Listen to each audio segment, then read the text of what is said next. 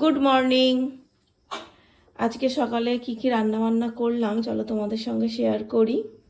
বাবুর তো ছুটি, এই যে বাবু ঘুম থেকে উঠে বসেছে, এখনো কিছু খাইনি, ওর বাবাকে আগে খাবারটা রেডি করে দিলাম। ভাত দিয়েছি এখানে এক বাটি, দেখে অনেকটা বেশি মনে হচ্ছে কিন্তু অতটাও বেশি না।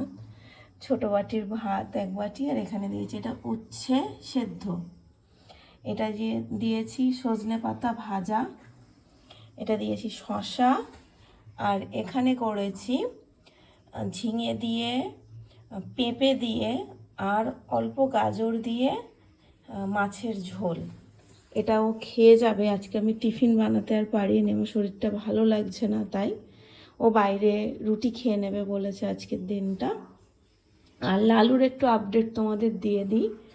আজ আমি লালু আমার দিকে করলে এত ফালতু বকে না, তা কারণ আমি ভিডিও দিচ্ছি মানে অনেকেই জিজ্ঞেস করবে লালুর কথা। লালুকে তো আজকে সকালে ডক্টর দেখতে আসার কথা, আমরা যে ডক্টরকে কল করব ভোর থেকে লালুকে আর খুঁজে পাওয়া যাচ্ছে না। আমি রাত কালকে 12টার সময় লাস্ট লালুকে দেখেছিলাম, কিন্তু আজকে ভোর থেকে আর কেউ দেখতে পাচ্ছে না, ওকে কোথায় চলে গেছে বুঝতেও পারছি না। বেলায় যদিও আসে তাহলে ডক্টরকে কল করা হবে, কারণ আমাদের বাড়িতে তো রাখতে পারি না, বাইরে গেট দেওয়া হয়ে যায়, মানে তালা দেওয়া হয়ে যায়, ও তো আর বেরোতে পারবে না ওর মতো।